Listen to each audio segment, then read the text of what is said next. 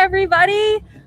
I am with Tim Peck, my co-founder in Project Next. It's nice to meet. Yeah, you waited. You went too soon. You gotta wait 10 seconds. First off, I'm teaching Tim how to work the software. This is funny. I'm having him go live on Instagram for the first time and he already messed up. You gotta wait 10 seconds, Tim Peck. There you go. Now push go live. I'm so proud of you. You got this. This is great. And now go back. Now there Teach you a go. man to fish. There you go. You got this. Yeah. So Okay. I don't have to do this We're when good he does his shows. We're good now. You got it. Yep. Okay. So we are in New Albany at Seeds and Greens, my favorite restaurant. And we thought we would talk to you all about our mission at Project Next and how it's stirring up some stuff. Stirring up It's fun. good emotions and bad emotions. Good emotions and bad emotions. So you tell them the mission if you want, and then I'll talk a little bit about the stirring up stuff. Yeah, and how we got this thing started. You know, bringing people. We've been doing this now since December. Mid-December. Yep. Mid-December, and we started it kind of slow, just getting content out there in order to understand what people liked, what they didn't, what caused some controversy and what didn't. Right, and I had to figure out how to do the programming and the sound and just figure out what works and how to share it. And so we're at a pretty big inflection point right now where what we've built, we have a following. People seem to like it. Yep. And we're at a point where we're ready to invest in it, try to grow it a little bit bigger here. Part of it was proving a whole bunch of concepts. One of them was to bring on some Republicans, bring on some people who disagree with us on some issues in order to have this civil conversation, because the mission of what we're doing here is to bring people together to create a unified community around being free of the fear and hate that our sided media puts in us, right? And trying to free us from that. That's been the whole mission. And I think we're doing it. We're getting people out of it. Yeah. I meet a lot of people. I spoke to that large animal vet the other day, which was a lot of fun. You floated horses' teeth. I stuck my hand up a horse's teeth, and I don't know if you could see it on the video, but I had grass all over my hand and like up to my elbow. After it's all in the mouth. It's a different type of doctor there, Tim. And the point is we did that show because we're trying to do, hyperlocal, what's important to people, get people interested in what their neighbors are doing. Right. Because someone here in New Albany that lives here may not see a horse's teeth every day, right? Or even living in Palmyra and seeing a horse's, and trying to understand your neighbors, see what their daily life is, and kind of breaking down what drives prejudice, what drives fear, which is the unknown. Right. And trying to make people less unknown. So in doing this, there's been resistance from some. Yeah. People don't like it when you say the people you've been scared at, most of them aren't scary. They're like, what are you talking about? Whoa, wait a second. Right. So like we're trying to say on the Democrat side, most Republicans are freaking amazing people. And we're getting met with, no, they're not. We see every day on social media from our news sources that Republicans are terrible and they want to take away our rights. We're like, no, they don't. A lot of them don't even know that's what some of these people are trying to do. And they think a bunch of fake, terrifying things about Democrats, right? I'll meet people and they look at me like I'm the boogeyman and they say something. I'm like, that's not true. I care about the community. I care about people. I care about Harrison County and Indiana and the country and uniting. Those are not true. And I think people on both of these sides that we've created feel like the other side hates them. Yes. And so what's your natural reaction when someone is hating on you? To stay away from them. Is to be bristly, to be backed into a corner. Yes, to say mean things. And to say mean things back. Yes. So online, so much hate. So much hate online. It's disgusting. One person says, you're doing this. And the other person says, no, I'm not. You're doing this. And then they just like fight or they block each other. And then they post things like, we can't be friends because you want to take away my rights. It's like, no. That's not the real world. So what I didn't expect, I didn't know what to expect. We weren't sure what this experiment, what this project let's try it out. Yep. Again, it's called Project Next because this was a project to us to see if we can create the next Indiana, create the next Indiana 9, create the next Southern Indiana, create the next United States where we were free of this fear and hate put in by our sided media, by our politicians.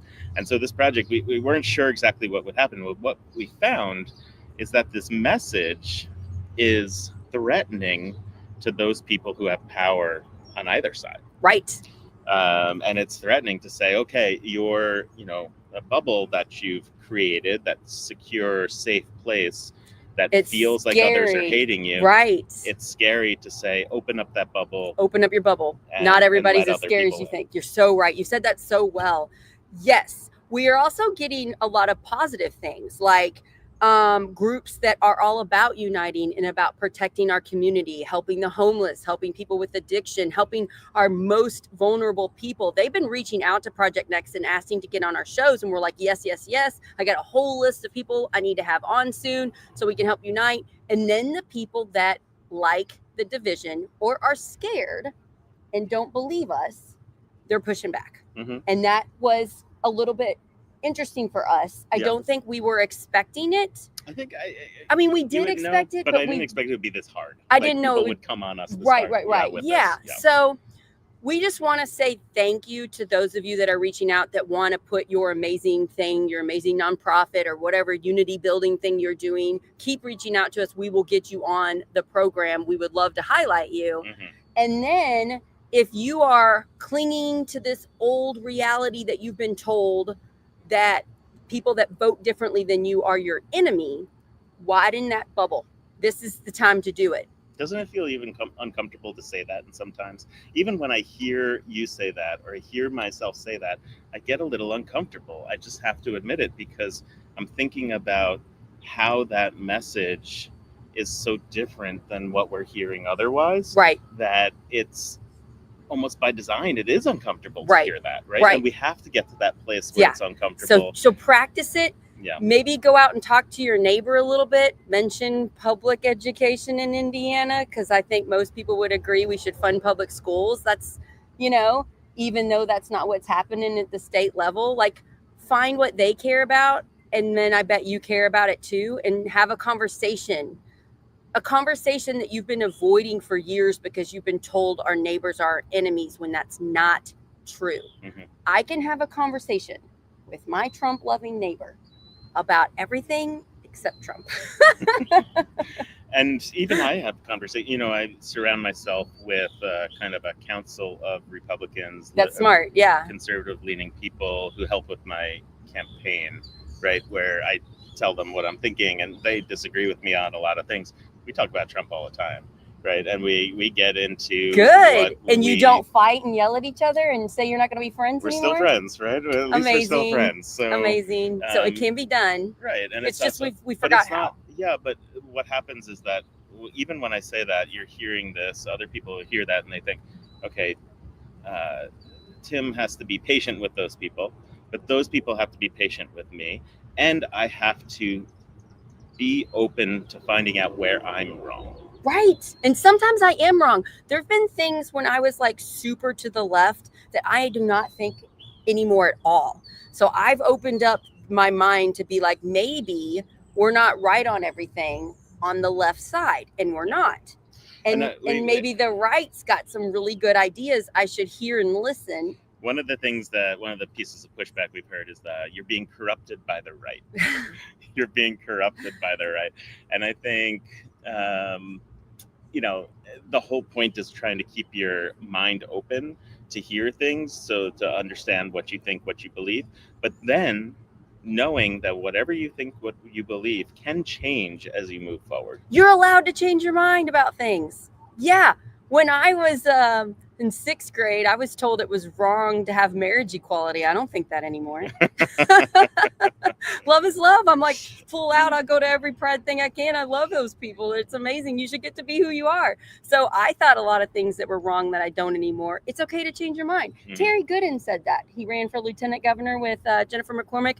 He said that he thought things, because he's been in politics for a really long time, and he's changed. He just learned and grew with society and culture and changed. And that's what we need to do now. Yeah. Democrats, Republicans, people not voting. If you are listening to this, you're going to get a lot of pushback based on what you just said about Terry Gooden, by the way. The time is now. I'm okay. He's a friend of mine. Want to, give people a break for things that have happened in the past. Yes, they want and to how people evolve. Criticize every single thing you do when we're just human and we mess up. I misspelled Palmyra the other day on my farmer's market live. I mess up, you guys. And it's okay. I laughed it. I felt embarrassed and laughed it off. Told Tim he still likes me, thankfully. He didn't kick me out as a co-founder. We're still doing this. Look at this. And I misspelled my own town. But people change, people learn and grow. It's when we get stuck and we refuse to believe new information, that's when it really does damage to our community. What's working well, what's not working well with Project Next, do you think? What's going well right now? I think talking to people like Mad Voters, Hoosier Action, I'm getting Wendy Dantchesser, who's a state house rep, coming in and talking about how hard it was to be in that state house this last session. Having Jason Kerberg, the Republican cop running for sheriff, who's now a friend of mine. We text daily. I care about that guy. He's a good guy. I cannot wait for you to meet him, by the way. So I haven't met Jason. I'm going to keep an open mind, right? I think that's because he doesn't know him yet. You're not friends with him like I am. Yeah, we need to talk. We need to understand one another. And what I realized, where we agree, where we disagree. Since I've been talking to him and doing what I realize is you two have a lot in common. You know why? What's that? You both really care about your community. Now you show it by becoming an emergency doctor, by running for Congress, by starting Project Next. He shows it by protecting his community as best he can. And when he sees things that are wrong, he's like, shouldn't we do it this way? So similar to you. And he's like, let's fix this problem. All right. But he has a lot of empathy for people. And so I'm going to meet him on Thursday. So on Thursday, we're going to go and do a live show at Project Next at a Jason Kerberg kickoff campaign event in Georgetown at the Spot. I think it's from 5 to 7 or 8 or something. It starts at 5 at the Spot in Georgetown. We're going to go there.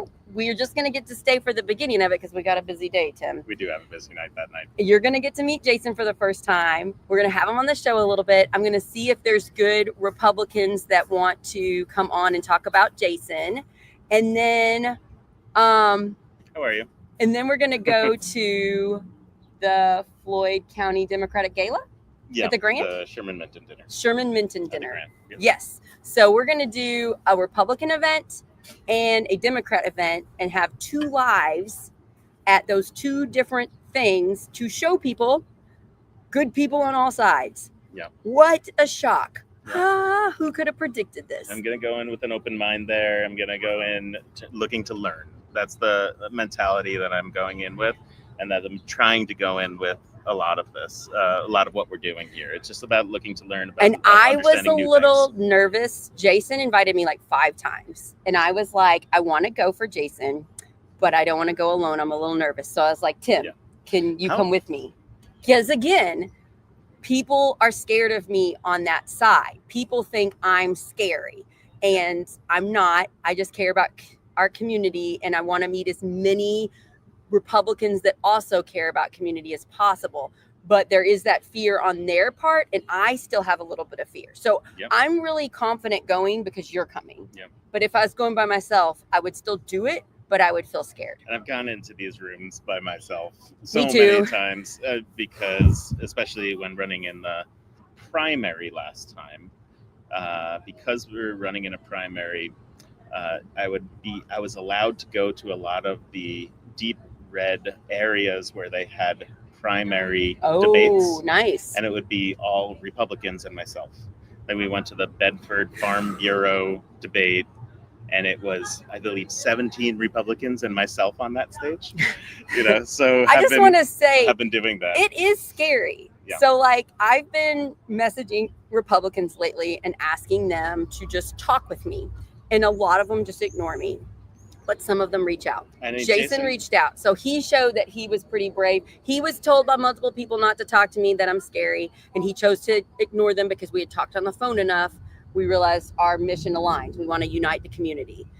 We also want to help get rid of fear with police and have an open dialogue about what our local police does. And he was willing to do that with us, which is amazing. Yeah. So I'm looking forward to the meetings. It's amazing that he would even let us into that, crowd. So he invited me 5 times. I had, kind of a soft launch of our campaign last week, and we had a party in New Albany. Yes. We had a party in Madison, and then I went over to Lawrenceburg as well, not for my party, but just to see some people in a meeting there. In the party in New Albany, we had a number of Republicans there, including the two of them, a couple, was were identified as MAGA when they told us. That's how they identified, and they threw the party for Trump's when Trump won the election in their neighborhood. They threw a party for it. Wow! And they were at your campaign kickoff event. I haven't gotten to follow up with them, but they stayed for the whole speech. And whether they agreed with me or not at the end of that speech, again, the bravery to come. How brave of those people to come. And yes. Not be disruptive, not be... They were respectful, they listened. They listened to every word. They were there to the end of the speech, and then end of Q&A session, too. They stayed. And that was, an hour and a half altogether. Brave of them. That's what we're asking you all to do. Step out of your bubble a little bit, reach out and see. What you see online is not reality. Yeah. There's some people like that, but not everybody. And most people are freaking amazing. Those two people, and there were others there too that came, it kind of inspired me, because later you talked about going to Jason's thing. And I was like, well, if they could come to mine, Yay! I should go to theirs, right? And see, you don't know Jason like I do. I cannot wait for you to meet him. He's such a nice guy. And even if you disagree with what's going on there, it doesn't mean you can't learn. So we can learn. We need to learn so much. I mean, you were just looking at my email as we were setting this thing up. You see all of the kind of right wing. Yeah, you read right wing stuff. I don't do that. And you just have to. And some of it you learn from, and you also get in the minds of other people and just try to understand what's going on out there. And the extremes on both sides are bullies. That's the thing I struggle telling Democrats. You look like a bully. And then the Republicans look like bullies. And so we both look like bullies. So a lot of people turn off politics because they don't want the fear, hate, and division. And I get it. I don't like it either. But I'm going to try to fix it. What hasn't gone well with Project Next that we need to learn from and get better at? So some people are upset that we're growing. Some people are fearful of our platform. We are getting thousands of people watching our shows. A lot of it's local people. I personally was attacked on Friday when I was I was eating at the new Mexican restaurant in Palmyra. It's very good. With my family, I got a message from... There's a new Mexican restaurant? We have 2 new restaurants in Palmyra. Oh, I didn't know that. You would if you watched my farmer's market live, Tim Beck. I will. I understand you don't have time. It's fine. You are the busiest person I know. So anyway, I was eating and Sean Bostock texted me a picture of Larry Schickel's Facebook. Larry Schickels is the superintendent of the parks in Harrison County, and I ran for county council to share some things that I thought could be better about the parks department. And he called me names on his Facebook. He called me, I can't remember. Bozo Blessing, I believe. Bozo Blessing, and then Palmyra's idiot something. Town idiot. Palmyra's town idiot, Sarah Blessing. And so I was just like, whoa, I can't believe he put this on his Facebook. And it's because he's scared, right? I mean, scared. I mean, when you're scared, it's also the feeling of being kind of backed into a corner with whatever you've built or whatever you've done. And I'm sure he's done some good and he's done some bad. And when you're in that corner, you have a decision if you're going to be of how you're going to get out of it. And a lot of people, if they're not thinking, he wasn't thinking. If you're not getting to a place where you say, okay, how do I be a good person here, and take your time with it, and instead just react, you bite back. And he bit hard, and it doesn't look good. Yeah, I mean, it's like, I'm okay. It hurts my feelings. It messed up my Friday. I couldn't go to sleep. Brian Zimmerman's 2 hours behind me. He talked to me a little bit when it was like 11:30 at night because I was struggling, and he gave me some good advice. It's just, I don't want to do that. It's okay. You get it too. I don't want to do that. I want to just unite the community. I want to work together. I want to elect the best people possible. I want Republicans in Harrison County to not be afraid to reach out to me. Please do. If you are helping the community, I want to shine a light and thank you for that so that people can see that we're not as divided as we think we are. Mm-hmm. But it's hard because he has a lot of control in the party, and he's told everybody, the Republicans in Harrison County, not to talk to me, and they are listening. And so I've reached out to Floyd County, who are not as scared of me, thankfully. Yeah, and I've sat down and had lunches, coffee with a lot of Republican candidates last year, where we had cordial conversations. A lot of them I asked, a couple of them I asked, do you want to write an op-ed about us having this coffee?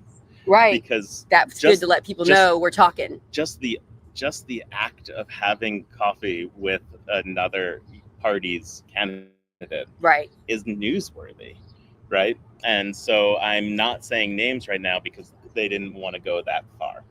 But the first step to just be seen in public, to be talking to one another, understand one another, definitely disagree on a lot of policy points, but agree on other policy points, is just an enormous step. I would love to get to a moment where we could write those op-eds. That was a year or more ago.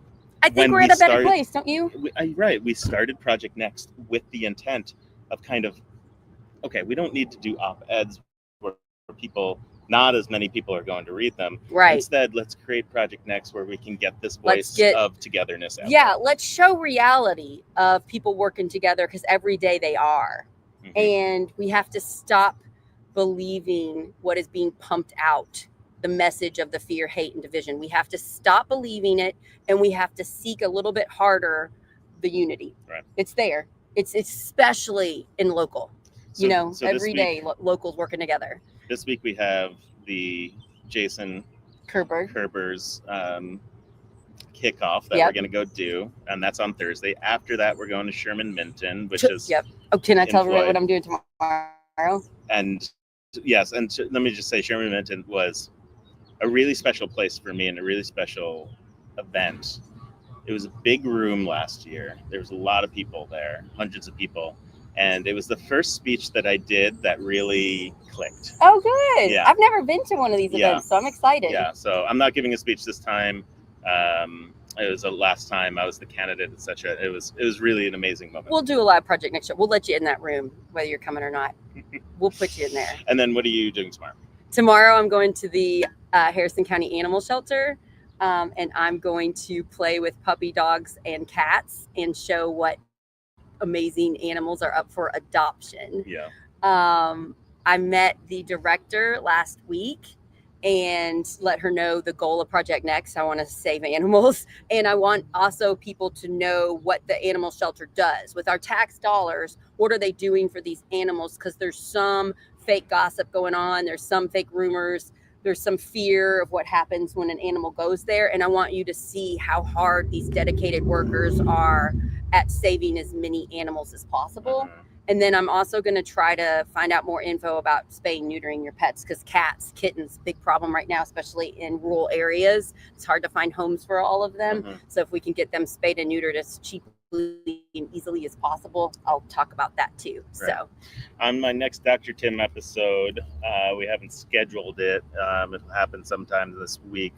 We're going to talk about Biden and prostate cancer. So sad. What prostate cancer sad news. Is. Yeah. We're going to talk a bit about rabies too, and how it's handled in southern Indiana. Oh, interesting. Because just been having a lot of cases of people with dog bites, and we don't have many resources here in Indiana for helping people when they have dog bites, and kind of the best practices for what you would do if you had all the resources aren't being followed. Right. But they're trying to do their best, and I want to kind of bring through what happens for people, because it's actually it's an interesting. Tim, I'm excited to get to find out a bunch of stuff about that. You teach me a lot on Dr. Tim. And then tomorrow at 11:15, odd time, but that's when Uncle Ted can do it. We have a doctor and a priest walk into a podcast and be talking about the new pope. It's exciting. Yeah, it's an Midwestern exciting Pope. And really and I've got Brian's show. I'm rushing home here in a little bit to do Brian's show today at 2:30 Eastern Standard Time. Very cool. I know I'm really proud of my friend Brian. I know this part of his journey is very difficult for him to talk about, and I'm just really proud of my friend. And then one to ask is, we're going to do a 6 to 8 part series. I think it's going to be 6 on youth in southern Indiana. Yeah. And we're interviewing different young people about different issues. The first one, or one of the first ones we'll shoot is about environment. Oh, that's a good one. And talking to some people about that.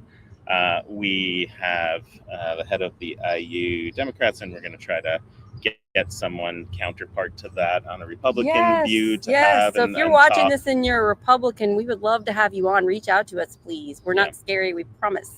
And if you're a teen, a 20-something that wants to come on to one of those shows and just talk about what it's like to be in Southern Indiana, please reach out to us. I know that they feel unheard, and I have to say same. And it's time we listened.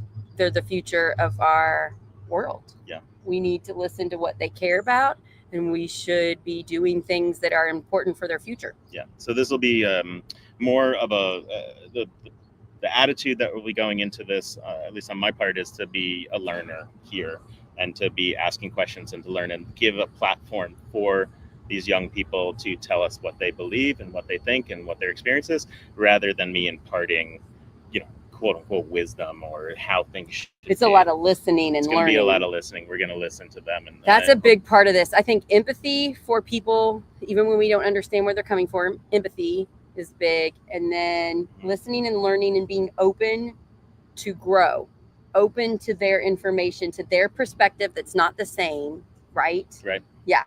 Yeah. Yeah. And so, that goes for the Republican piece. And for some reason, that's the most bristly part for people. But it also goes, hey, we're going to try to learn and listen from the young people in our area. We're going to try to, talk to people in rural areas, people in urban areas, try to make these divides less artificial. And I'm proud of you for opening your bubble and coming to the Jason event with me. Yeah. Thank you. I'm opening mine up too. This is a new thing for me.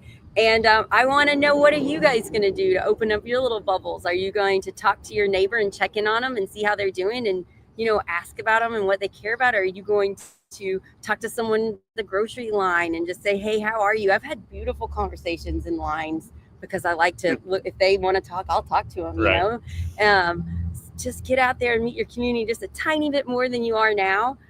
It's fun.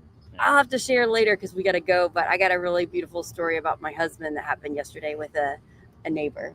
Nice. Yeah, he's listening to us. Mm-hmm. Oh, really? Yeah. The neighbor or your my husband? Your husband is going out and meeting strangers that he would normally fear and talking to them and coming back and being like, our neighbor's amazing. I found this and this and this and this about him. Anyway. It makes the world less scary, makes it less closed. I feel so much better. Like once I met Jason and knew there's this amazing cop on the street, it made me feel so much better about the world. Mm-hmm. It's nice. All right. I'm looking forward to meeting him. All right. Thanks, you guys. Please share, subscribe on YouTube. We need 4 more subscribers on YouTube to reach 500 subscribers.